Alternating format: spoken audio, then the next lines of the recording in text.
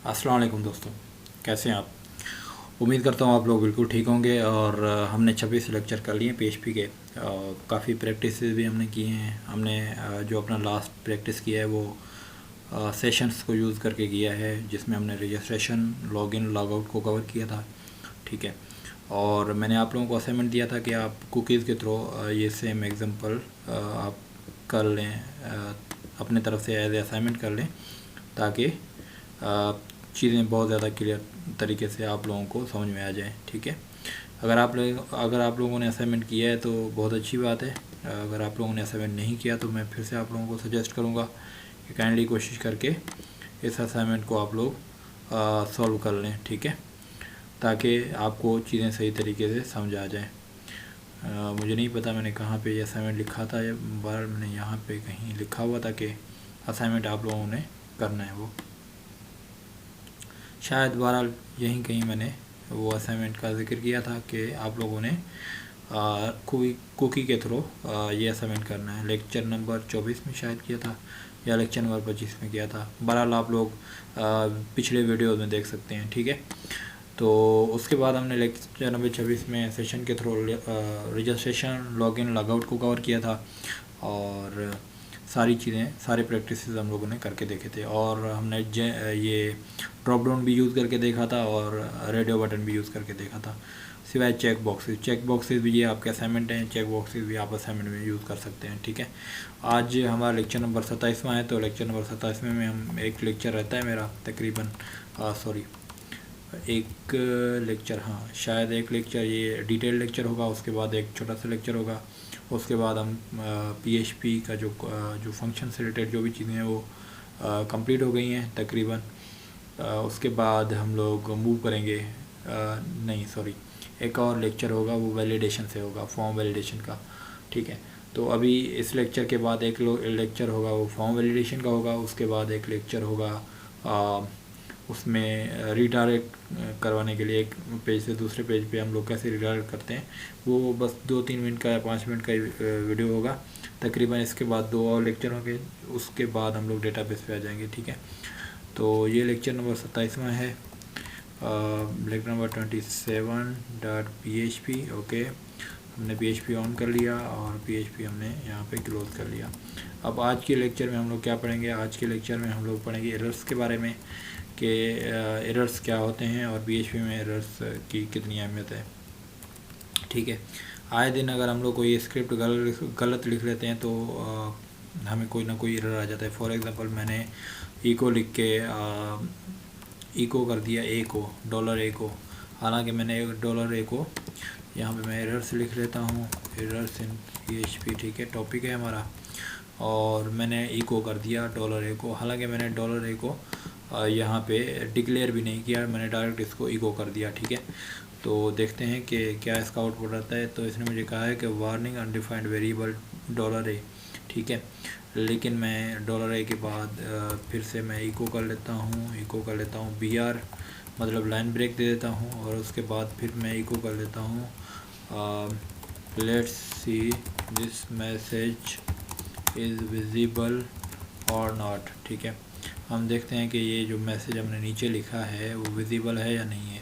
अच्छा, विजिबल है, मतलब ये एरर आ रहा है, उसके बाद भी ये विजिबल है। ये देखें, ये एरर का जो टाइप है वो वार्निंग टाइप है। वार्निंग का मतलब ये होता है कि आपका कोड जब मतलब ख़राब होता है, या आपने कोई ऐसी चीज़ इको की हुई है, ऐसी चीज़ रिटर्न की हुई है जो पहले डिफ़ाइन ही नहीं है। ठीक है। तो हमें वो एक वार्निंग दे देगा। ठीक है। और ये एरर टाइप वार्निंग का होता है। जब हम वार्निंग दे देते हैं तो क्या होता है कि वार्निंग के नीचे जो भी कोड होता है, वो मैंने पहले भी कहा था कि वार्निंग से नीचे जो भी कोड होता है वो हमारा एग्जीक्यूट हो जाता है। ठीक है। जब हमें वार्निंग नहीं मिल रहा होता तो किसी और टाइप किस्म का एरर आ रहा होता है। ठीक है। ये एक किस्म है एरर का जिसका नाम है वार्निंग एरर्स। ठीक है। वार्निंग एरर्स में ये होता है कि वार्निंग एरर्स में जो नीचे कोड है वार्निंग के, फॉर एग्जांपल मैंने कोई स्टेटमेंट गलत लिखी है, किसी ऐसी चीज़ को इको कर दिया जो एग्जिस्ट ही नहीं करती, तो मुझे वार्निंग देगा। लेकिन वार्निंग के अंदर नीचे जो कोड लिखा होगा वो एग्जीक्यूटेबल होगा। ठीक है, वो एग्जीक्यूट हो जाएगा, मतलब मेरा पेज तो फटेगा लेकिन उसके नीचे जो कोड होगा वो एग्जीक्यूट ज़रूर होगा। ठीक है। तो ये आप लोगों ने ध्यान नशीन कर लिए कि वार्निंग में क्या होता है कि पूरा पेज बंद नहीं होता, ठीक है। वार्निंग एरर्स में पूरा पेज बंद नहीं होता, ठीक है। तो आपने देखा कि वार्निंग में नीचे वाला स्टेटमेंट, यहाँ पे मुझे वार्निंग मिला और नीचे फिर मैंने कोई स्टेटमेंट लिखी थी तो वो एग्जीक्यूट हो गई। मतलब इसका ये है कि पूरा पेज बंद नहीं हो रहा, ठीक है। मैं एक किस्म लिख लेता हूँ वार्निंग्स, ठीक है। तो ये वार्निंग्स एरर होते हैं। Warning errors does not these type of errors does not block the complete execution of the page, ठीक है। पेज के नीचे जितना भी कोड होगा वो एग्जीक्यूट होगा, ठीक। ऐसे नहीं है कि वो पूरा पेज ही बंद कर देंगे, ठीक है। उसके बाद हमारा फॉर एग्ज़ाम्पल अगर हम देखते हैं कोई और यहाँ पे किसी और टाइप का एरर देख लेते हैं। फॉर एग्ज़ाम्पल मैंने $A लिख दिया 3K और मैंने यहाँ पे $B को कर दिया इको। तो अब देखते हैं कौन सा एरर आता है। अब मुझे कह रहा है कि पार्स एरर, ठीक है। अब पार्स एरर में देखें क्या आ रहा है, syntax error unexpected token eco. अच्छा, इको कह रहा है कि इको में मसला है, ठीक है।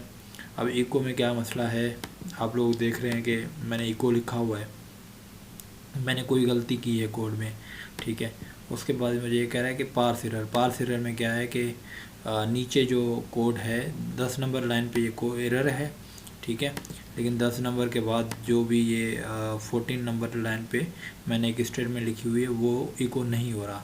10 नंबर पे मुझे ये कह रहा है कि यहाँ पे कोई एरर है और उसके बाद ये नीचे वाला कोड इको नहीं हो रहा। मतलब ये है कि ये पूरा पेज को ब्लॉक कर देता है, ठीक है। तो ये कौन सा टाइप का एरर है, पार्स एरर इसको बोलते हैं, ठीक है।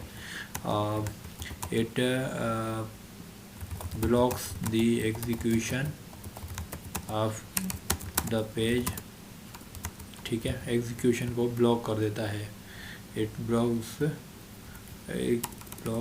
Further execution of the page after this error page would not show any would not execute any statements, ठीक है। ये पार्स एरर हो गया। अच्छा, पार्स एरर कैसे आते हैं, हमने देखा है कि वार्निंग्स हमारे क्यों आते हैं। वार्निंग्स हमारे जब हम कोई ऐसी चीज़ को इको करवा देते हैं, कोई ऐसी चीज़ को वार्डम करवा देते हैं जो ऑलरेडी इनिशियलाइज्ड नहीं होती, ठीक है, तो हमें वार्निंग्स आते हैं, ठीक है।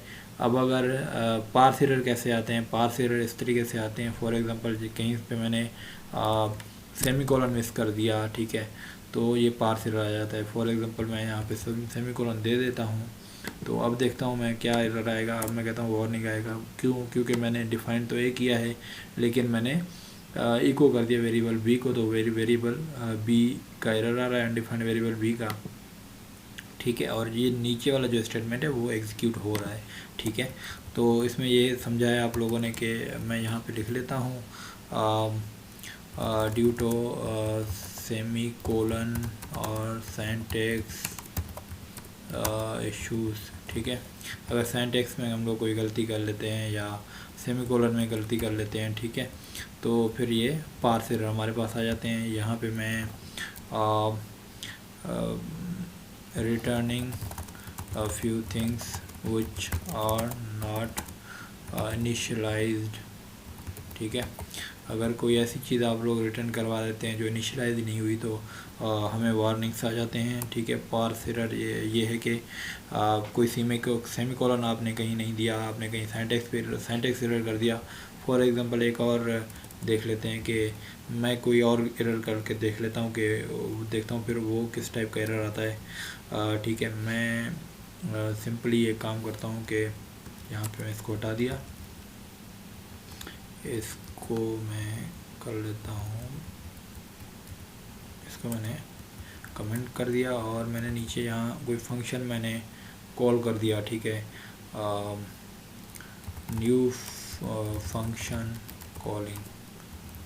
फंक्शन कॉलिंग, ठीक है। ये कोई फंक्शन है, मैंने इसको कॉल कर दिया, हालांकि मैंने ये डिफाइन नहीं किया, मैंने डायरेक्ट इसको कॉल कर दिया। अब देखते हैं मुझे क्या कह रहा है कि कह रहा है कि फैटल एरर। अच्छा, फैटल एरर क्यों है? क्योंकि call to undefined function new function calling, ठीक है, in lecture number 27 PHP 18 number line पे एरर है, ठीक है। 18 नंबर पे कौन सा एरर है? एरर ये है कि आपने फंक्शन को कॉल तो कर दिया, ठीक है, लेकिन उस फंक्शन को आपने लिखा नहीं है, ठीक है, फंक्शन की डेफिनेशन नहीं लिखी, ठीक है। Due to calling undefined functions, ठीक है, फंक्शंस को अनडिफाइंड फंक्शंस को अगर हम कॉल करते हैं तो फिर ये एरर होता है। और ये भी क्या करता है, पेज आप लोग देख लें तो इसके बाद ये नीचे वाला जो स्टेटमेंट है वो एग्जीक्यूट नहीं हुआ। तो मतलब क्या है कि it the code below this error would not be executed, ठीक है। इसके बाद जो कोड है वो एग्जीक्यूट नहीं होगा। और उसके बाद एक और टाइप का एरर है, मैंने यहाँ पे थोड़े देख लिए थे, ठीक है, वार्निंग एरर्स है। यहाँ पे हमें बता रहा होता है कि नोटिस एरर है, notice error minor, they are similar to warning errors, they don't stop the execution, ठीक है। The system answered whether it's actual error or regular notice errors usually occur. Script needs to access undefined variable, ठीक है। तो ये undefined variable के वजह से mostly आता है। एक दफ़ा हमने भी अनडिफाइंड वेरिएबल यूज़ करके देखा है, हमें तो वार्निंग आया था, ठीक है। फिर से हम लोग ये एरर करके देख लेते हैं, एक दफ़ा ये फिर से ट्राई कर लेते हैं। मैं इसको बंद कर देता हूँ, ठीक है। मैंने ये $A कर दिया और ई को मैंने B कर दिया। अब देखते हैं ये कौन सा एरर आता है। अब मुझे वार्निंग आ रहा है, लेकिन मैं इसको पूरे को बंद करके ये जो मैंने पूरा कोड कॉपी किया है उसको देख लेता हूँ मैं, ठीक है। और मैं इसको बंद कर देता हूँ, ठीक है। अब मैं इसको अगर इको करवा देता हूँ तो मैं देखता हूँ क्या है, अनडिफाइंड वेरिएबल B है ये, ठीक है, इको B है। एक मिनट, अच्छा,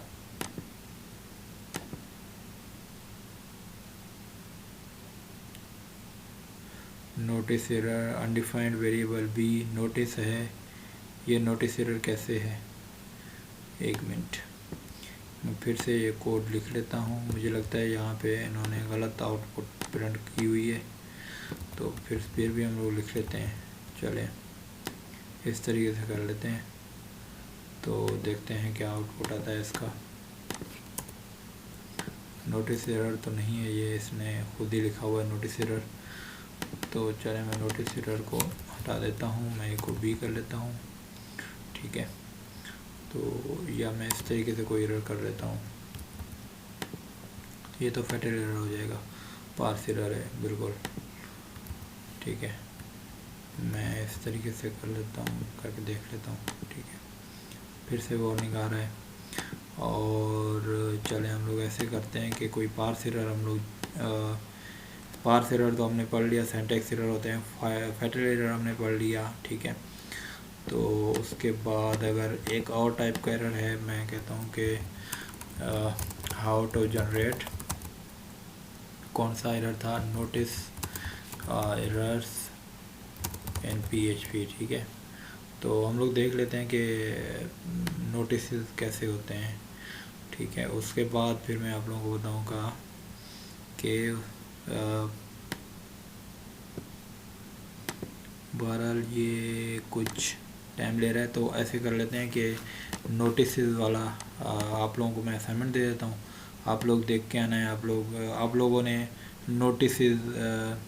नोटिस वाला जो एरर है वो जनरेट करना है, किस तरीके से होगा वो आप लोग जनरेट करके देखें और फिर मुझे बताएं कि इस तरीके से होता है। ये आप लोगों का असाइनमेंट है, ठीक है। और उसके बाद मैं आप लोगों को एक और चीज़ यहाँ पे बताता चलूँ, तो ये 4 टाइप के एरर हैं, यहाँ पे मैं लिख लेता हूँ, ठीक है। अच्छा, नोटिस एरर्स, ठीक है। ये भी minor type of errors same like the warnings, ठीक है।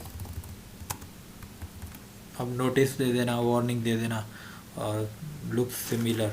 तो इस तरीके से सिमिलर तो बहरहाल नहीं है, क्योंकि वार्निंग्स जनरेट हो रहे हैं तो नोटिस अलग से जनरेट होंगे, किसी और तरीके से जनरेट होंगे पीएचपी में नोटिस एरर्स भी। और ये अब आप लोगों का असाइनमेंट है कि आप लोग सर्च करें, जैसे भी करें कि नोटिस एरर आप लोग जनरेट कर लें, ठीक है। तो मैं जनरली ये बताता हूँ कि काफ़ी, वैसे अगर आप इनके अंदर चले जाएं तो फिर कभी कभी ऐसे होता है कि फॉर एग्ज़ाम्पल आपने इन्फिनेट लूप लगा दिया, तो ये भी एक किस्म का एरर है। और आपने कुछ और कोई गलती कर दी, सिंटैक्स में कुछ इस तरीके का स्क्रिप्ट लिख दिया कि वो अनएग्जीक्यूटेबल है, तो वो फिर एक अलग टाइप का एरर दे देता है, ठीक है।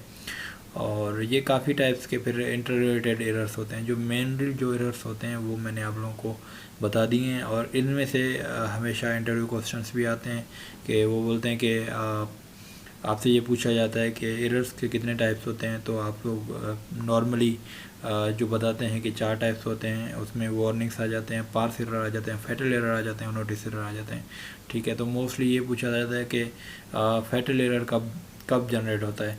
तो आप लोग इजीली कह सकते हैं due to the undefined functions. और वो क्या करता है, फैटल एरर पूरे पेज को बंद कर देता है, ठीक है। और उसके नीचे जो भी स्क्रिप्ट लिखा होता है, जो भी कोड लिखा होता है, वो कभी भी एग्जीक्यूट नहीं होता, ठीक है। तो इस तरीके का आप लोगों को आंसर देना है। और ये एरर्स हैं, इनमें से आप लोगों को फ़र्क जानना भी लाजमी है।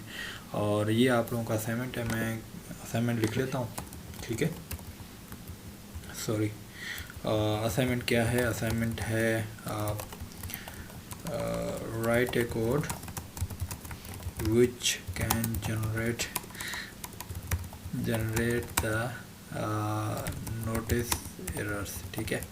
आप लोग सर्च कर लें, जितना आप लोगों की मर्ज़ी है आप सर्च कर लें, खुद जनरेट कर लें, किसी भी तरीके से मुझे एरर चाहिए, नोटिस एरर चाहिए, ठीक है। उसके स्क्रीनशॉट आप मुझे जमा करवा दें, या कोड जो है जो नोटिस एरर जनरेट कर रहा है वो आप मुझे जमा करवा दें मेरे ईमेल पे। मैं ईमेल यहाँ पे लिख लेता हूँ, ठीक है। ईमेल मेरा एक दफ़ा और आप नोट कर लें। फेसबुक ग्रुप भी मैंने चैनल में लिखा हुआ है कि चैनल के नीचे डिस्क्रिप्शन में मैंने फेसबुक का ग्रुप दिया हुआ है, वहाँ पे भी आप जमा करवा सकते हैं। अगर वहाँ पे जमा करवाएं तो बहुत अच्छा रहेगा, क्योंकि वहाँ पे जो लोग ऐड हैं वो भी थोड़ा मोटिवेट होंगे कि आप लोग असाइनमेंट्स जमा करवा रहे हैं। तो काइंडली आप अगर ये वीडियो देख रहे हैं तो आप जाएँ चैनल के डिस्क्रिप्शन में, देखें मैंने फेसबुक का लिंक लगाया हुआ है वहाँ पे। तो फेसबुक के उस ग्रुप में आप जाएं और वहाँ पे आप असाइनमेंट जमा करवा दें, ठीक है। मैं ईमेल नहीं दे रहा। और उसके अलावा एक मेन चीज़ ये है कि जनरली अगर आप लोगों का वेबसाइट आप लोगों ने लाइव की हुई है, किसी सर्वर पे पड़ी हुई है, किसी होस्टिंग पे आपकी वेबसाइट पड़ी हुई है, और डोमेन पे किसी पे लाइव है आपकी वेबसाइट, तो मोस्टली क्या करते हैं कि जो आप लोग को होस्टिंग देते हैं तो वो एरर रिपोर्टिंग ऑफ़ कर देते हैं, ठीक है। एरर रिपोर्टिंग ऑफ़ कर देते हैं। अच्छा, एरर रिपोर्टिंग ऑफ़ कैसे होता है? एरर रिपोर्टिंग ऐसे होता है कि एक सिंटैक्स मिलता है सर्टेन, जिससे ये होता है कि आप लोगों के जो भी पूरे वेबसाइट जो आपने होस्ट की हुई है, ठीक है, तो उसके एरर्स ऑफ़ करना है या ऑन करने हैं, वहाँ पे आप लिख देते हैं, ठीक है। और फिर उस तरीके से आपके, फॉर एग्ज़ाम्पल आपने वो सिंटैक्स, वो स्क्रिप्ट एक लाइन का कोड होता है, वो आपने फॉर एग्ज़ाम्पल लिख दिया है हेडर में। आपने फॉर एग्ज़ाम्पल आप जनरली क्या करते हैं कि पूरा एक वेबसाइट बनाते हैं, ठीक है।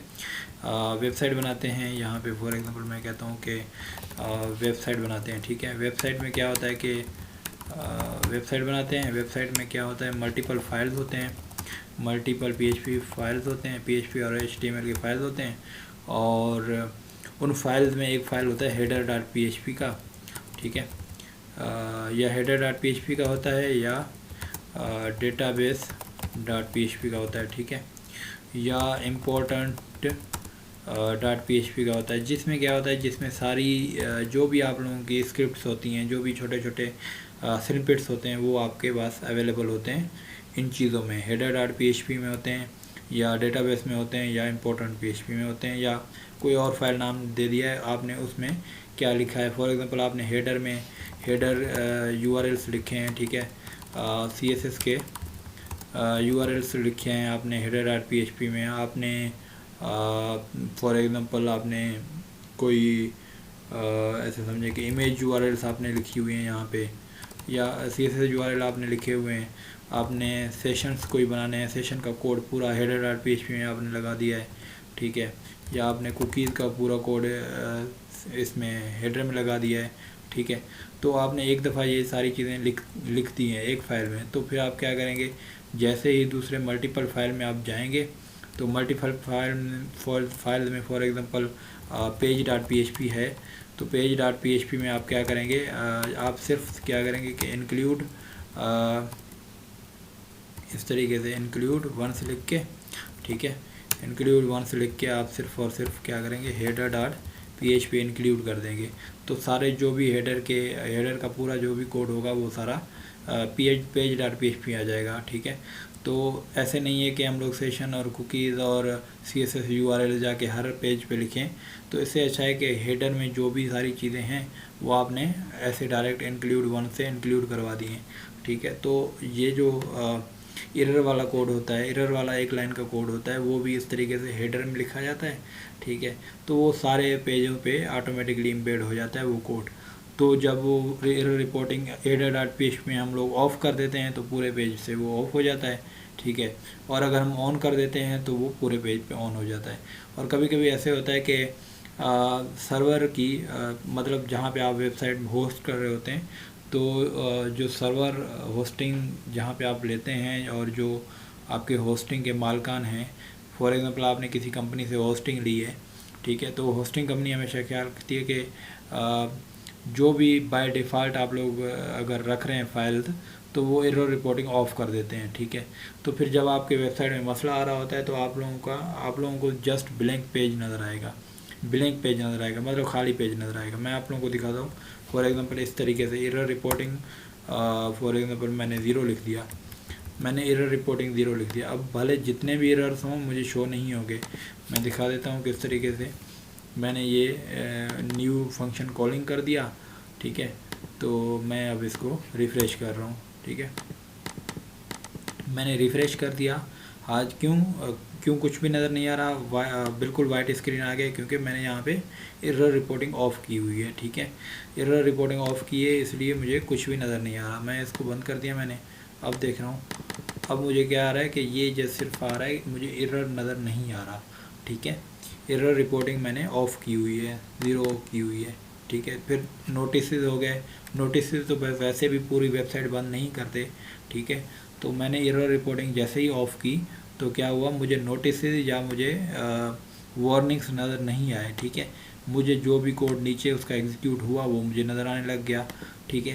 तो इस तरीके से होता है कि होस्टिंग वाले बाय डिफ़ॉल्ट एरर रिपोर्टिंग 0 कर देते हैं, ऑफ़ कर देते हैं, तो आपका मतलब आपको वार्निंग्स या नोटिस नज़र नहीं आते।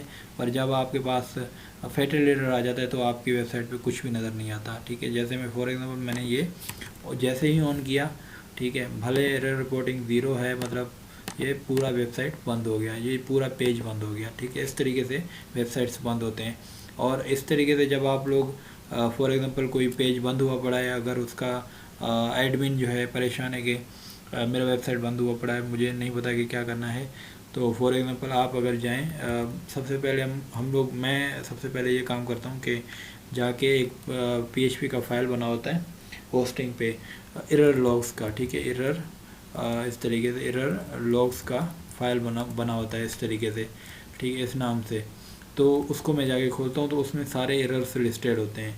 हालांकि वेबसाइट पे एरर रिपोर्टिंग ऑफ होता है होस्टिंग पे, लेकिन सारे जो भी एरर्स होते हैं वो वहाँ पे चले जाते हैं एरर लॉग्स में, ठीक है।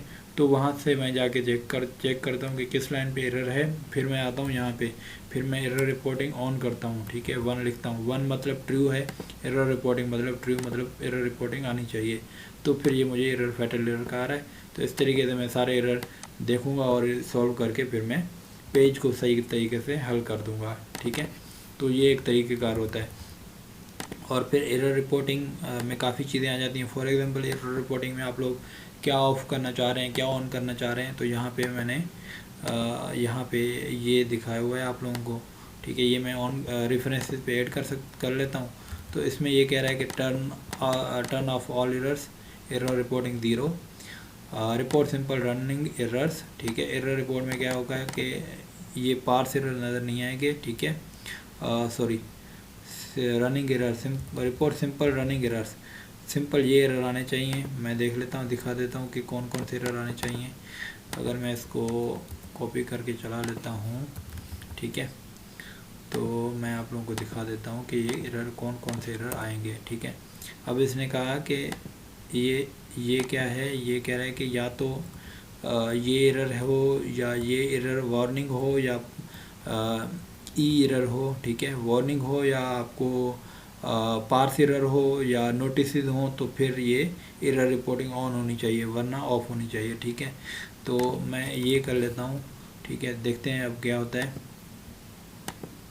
जैसे ही ये मैंने कर लिया तो ये जो मेन सारे एरर्स हैं वो पार्स एरर भी आ गया और फेटल एरर भी यहाँ पे ऑन हो गया, ठीक है। मैं ऐसे करता हूँ, इनको बंद कर लेता हूँ, ठीक है। इनको बंद कर लेता हूँ, फिर देखता हूँ ये ऑन होता है या नहीं था। बिल्कुल, ये मतलब ये है कि इसने सिर्फ ये जो एरर्स हैं, ई error, E warning error, error parse, ई एरर मतलब ई एरर का मैं देख लेता हूँ, शायद ये कोई शॉर्ट टर्म है, आई थिंक ई एरर यहाँ पे कुछ है। इसको मैंने ई एरर, अच्छा फेटल एरर है ये, run time errors, error that can be recovered from execution of the script is halted, ठीक है। फंस जाता है आपके जो भी कोड का जो फ्लो है वो फंस जाता है, तो फिर ये इस टाइप के एरर आते हैं, ई एरर्स, ठीक है। तो इसने ये किया कि ई एरर्स और वार्निंग, ई पार्स एरर, ये अगर एरर हो तो नज़र आ जाएं, वरना कुछ भी नज़र नहीं आए, ठीक है। फॉर एग्जांपल अगर किसी और टाइप का एरर आ गया यहाँ पे तो वो नज़र नहीं आएगा। या तो आपकी मर्ज़ी कि आप सारे ई एरर रिपोर्टिंग 1 का मतलब है कि सारे एरर ऑन कर दें, जितने भी एरर के टाइप्स हैं वो आ जाएंगे, या आप इस तरीके से एरर शो करवा दें। आप इस तरीके से भी कर सकते हैं, सिर्फ आप वार्निंग्स शो करवा दें, ठीक है। इस तरीके से भी आप लोग कर सकते हैं कि सिर्फ वार्निंग शो करवा दें और इसको आप लोग बंद कर दें। फॉर एग्जांपल मैं दिखा देता हूँ, लेकिन मसला ये होगा कि आपका यहाँ पे ये वार्निंग शो हो रहा है, ठीक है। अगर मैं इसको देखें, अब जैसे ही मैंने ये वार्निंग किया है कि इसने इसको इग्नोर किया हुआ है, ठीक है। इसने सिर्फ मुझे ई वार्निंग का ही रिपोर्ट दे रहा है, बाकी इसको भी इसने इग्नोर कर दिया। इसको इग्नोर करके बाकी इसने कोड जो है चलाया हुआ है, नहीं चलाया हुआ ना, किस तरीके से चलेगा। तो इसने ई वार्निंग मुझे दिया है और फिर इसने नीचे कोड को एग्जीक्यूट ही नहीं किया, बस जस्ट मुझे रिपोर्ट करके इसने छोड़ दिया, नीचे एग्जीक्यूशन नहीं की इसने। फॉर एग्जांपल क्यों नहीं की एग्जीक्यूशन, क्योंकि ये एरर आ गया। अब मैंने इस एरर को बंद कर दिया तो देखते हैं ये अब ये नज़र आने लग गया, ठीक है। अब मैं अगर इस एरर को ऑन कर लेता हूँ, भले एरर होगा लेकिन ये मुझे बताएगा नहीं कि यहाँ पे कोई एरर है, पर क्या करेगा, नीचे वाला जो भी कोड होगा उसको वो एग्जीक्यूट नहीं करेगा, ठीक है। जस्ट वो मुझे वार्निंग शो करेगा, ठीक है। इस तरीके से ये एरर होता है और यहाँ पे सारे एरर लिस्टेड हैं। मैं ये पेस्ट कर देता हूँ, ठीक है। तो इनको आप लोगों ने सबने टेस्ट करना है। ये देखें, E error, E warning, E parse और ई नोटिसेस, और E all and E notices, मतलब नोटिसेस को भी कर लो और सारे एरर्स को report all errors except notices, अच्छा नोटिसेस को छोड़ के सारे एरर्स कर दो। ये इनके सिंटैक्स हैं कि कौन कौन से एरर आप लोग मतलब हाइड कर सकते हैं, कौन कौन से एरर आप लोग शो कर सकते हैं, ठीक है। तो जनरली अगर आप लोग मेनली ये होता है कि एरर रिपोर्टिंग इस तरीके से यूज़ होता है कि मेनली आप चाहें तो एरर रिपोर्टिंग ऑफ कर सकते हैं, मेनली चाहें तो आप एरर रिपोर्टिंग ऑन कर सकते हैं, ठीक है, 1 या 0 करके, ठीक है। इस तरीके से आप लोग एरर रिपोर्टिंग यूज़ कर रहे होते हैं। लेकिन ये जो भी यहाँ पे जो फंक्शन है, ये भी काम के सारे फंक्शन हैं, इनको भी ज़रा आप लोगों ने देख लेना है कि किस तरीके से ये यूज़ होते हैं, ठीक है। तो इसकी डॉक्यूमेंटेशन है और नीचे प्रैक्टिस भी हैं, तो मैं ये पेस्ट कर लेता हूँ, आप लोगों ने ये प्रैक्टिस करना है, ठीक है। और जो असाइनमेंट मैंने नोटिस जनरेट करने वाला दिया हुआ है वो भी आप लोगों ने चेक कर लेना है, ठीक है। तो मैं यहाँ पे लिख लेता हूँ रेफरेंसेस में, रेफरेंसेस, ठीक है। रेफरेंसेस में ये मैं एरर से लिख लेता हूँ और दूसरा पेज भी दे देता हूँ मैं, जो मैंने देखा है ये है, ठीक है। तो मैं ये दे देता हूँ यहाँ पे आप लोगों को। अब इसमें हमने एरर्स को कवर अप किया है, जो भी हमारे मेन एरर्स होते हैं, ठीक है। तो अपना ख्याल रखिएगा, कल इंशाल्लाह एक और लेक्चर के साथ मिलते हैं। ठीक है, तो अल्लाह हाफिज़, थैंक यू वेरी मच।